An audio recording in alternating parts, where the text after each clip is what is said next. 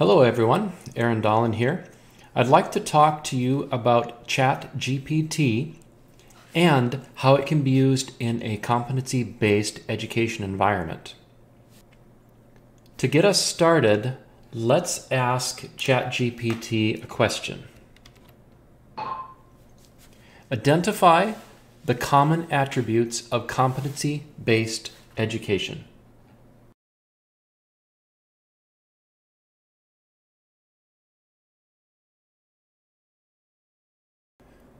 Let's take a closer look at these attributes. So in this first one, I think this is the most important sentence. The students are expected to demonstrate mastery of these outcomes in order to progress through the program. Personalized learning is certainly part of that. There are a variety of assessments the students use to demonstrate mastery. We'll explore those in a moment, specifically formative versus summative assessments. Competency-based includes multiple opportunities for learning, which implies that students have the opportunity to retake any high-stakes summative assessments. And of course, every competency-based education program must have those clear, well-defined pathways to completion.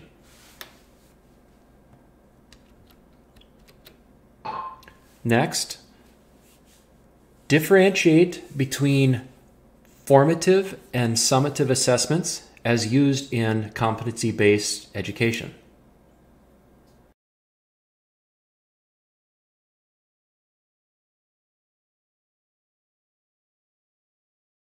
Here we have nice definitions for formative and definition for summative assessments.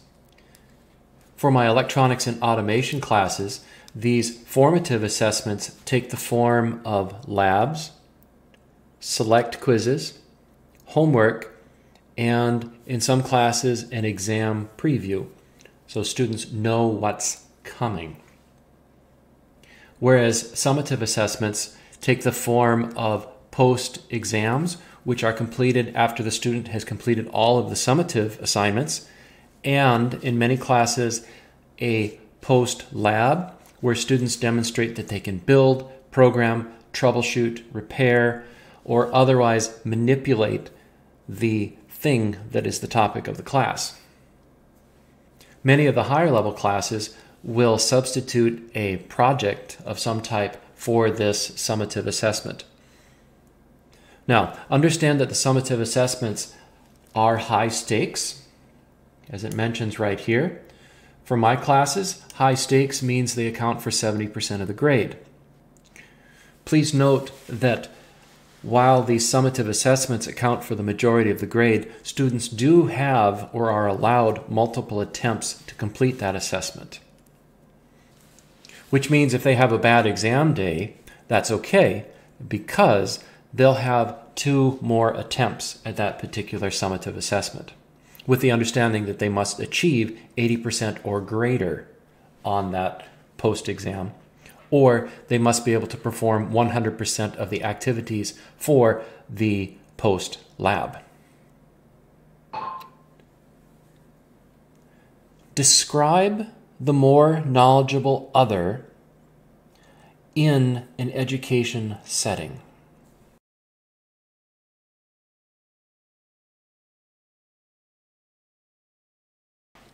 This concept of the more knowledgeable other is a pretty important piece in the competency-based environment. It's an old idea, first proposed by Lev Vygotsky here, and it basically says that the learner is best supported when that learner has access to the more knowledgeable other. Now, that MKO could be the teacher, instructor, mentor, could be a coworker, or a peer who has a better understanding of the class. In my particular class, I've defined an MKO as myself or anybody who has previously completed the class.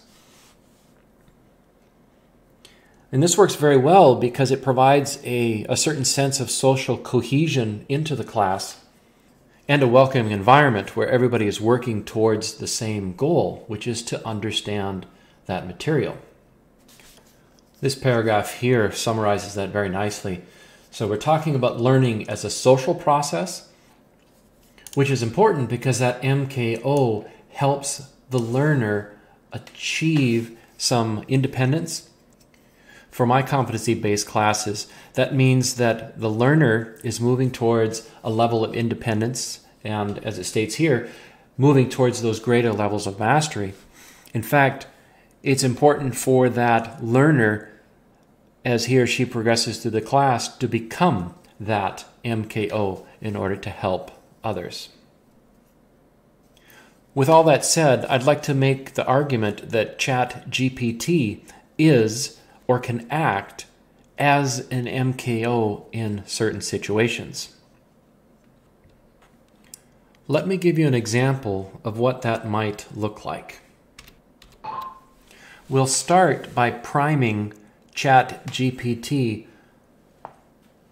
with a couple of points. 1, when asked to develop a study guide, do so using a bulleted list with headings for study guide, introduction, prerequisites, basic concepts, equations, application, practice problems, and recommendation for further study.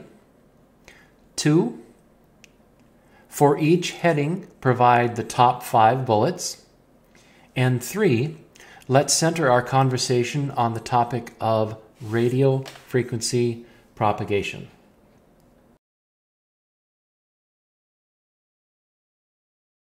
Here's the introduction, the prerequisites, things we ought to know before we can delve into the field of radio frequency propagation, some of the concepts, some of the equations that we might encounter, applications, why it's important, some practice problems, and finally some things that we can look at to help learn more about radio frequency propagation. It's a good idea to take this study guide, copy it, and then paste it into a Word document so you can remember it for later.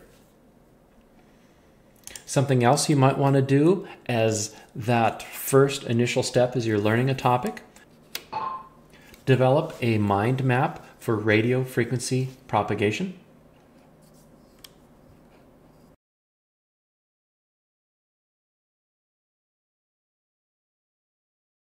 This is good. It gives us some things to think about.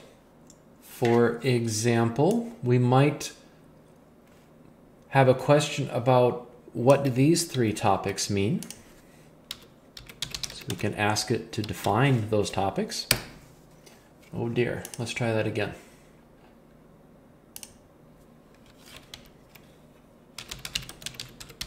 With respect to radio frequency propagation. There we go. It's a good thing it's not too fussy on spelling, isn't it?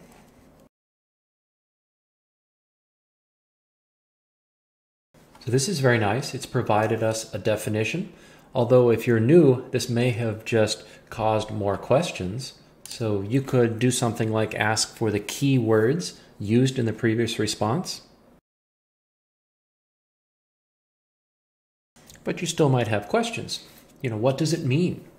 What does medium frequency mean? Tell me more about medium frequencies.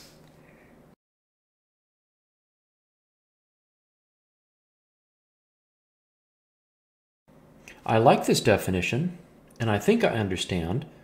So let's ask the machine to test me. Test me on the concept of medium frequency radio propagation, period. Ask one question at a time. Right? So here it's asking about the range of frequencies associated with the designation of MF. MF includes frequencies between 3 megahertz and 30 megahertz.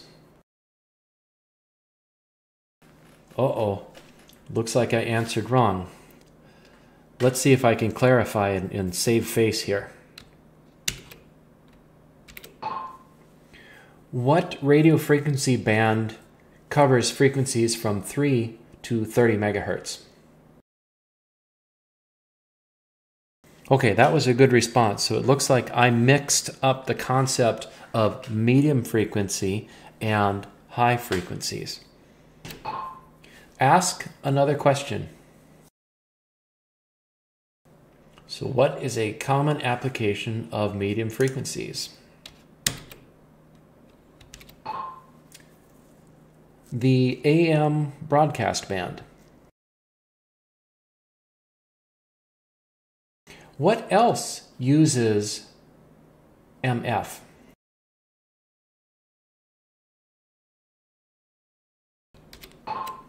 That's interesting.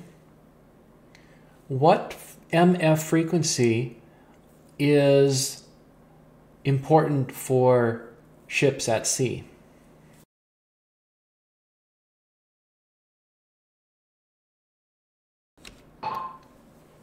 Isn't the marine safety frequency in the MF band?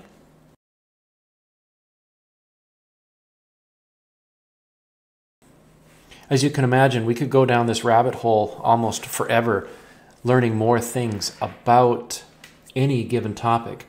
At this point, I'm going to redirect and have it ask a few true-false questions. Please return to the topic of radio frequency propagation. Period. Ask me 10 true-false questions. 10 questions without the answers, please.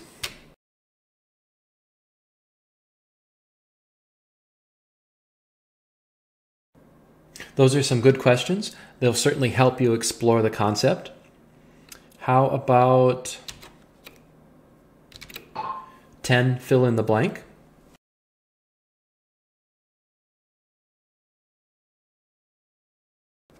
Another set of very good questions. 10 multiple choice.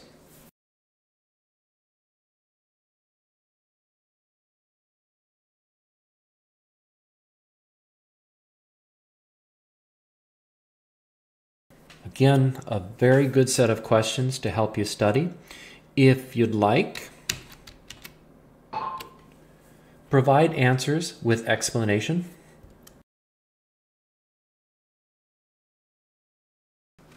I think you get the idea. Here, it's asking which of the following factors can affect radio propagation, and it says all the above. And then it goes into a brief explanation. Temperature, humidity, atmospheric pressure.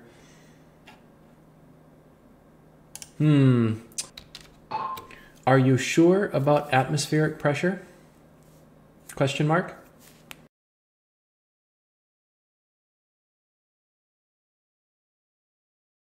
You do have to be a bit careful. If something doesn't look right, ask it. And it usually comes up with a response like this. So what happened is it said atmospheric pressure was a contributor to radio frequency propagation, but here it's corrected it and say it doesn't really have a significant effect, especially when you compare it to other things. It does couch the answer in that the atmospheric pressure can disturb the ionosphere, and it's the ionosphere that does have a fairly significant impact on radio frequencies, especially in that HF band. Please ask me questions about the equations that are related to radio frequency propagation.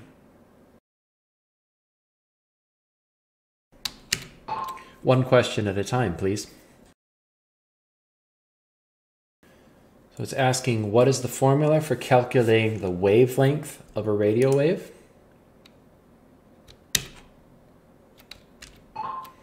Lambda equals C over F, where C is the speed of light, which is approximately 300,000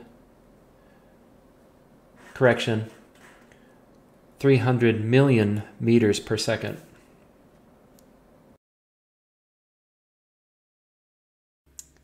Well, folks, we could certainly continue our journey, but I think I've given you enough of an idea to understand the power of ChatGPT. Some folks might think this is a form of cheating, but I don't think so, because in the competency-based environment, it is the high-stakes summative assessments that are used to determine whether a person is competent or not competent in any given subject. And I believe using tools such as this to act as a pseudo, more knowledgeable other is certainly a benefit to the students.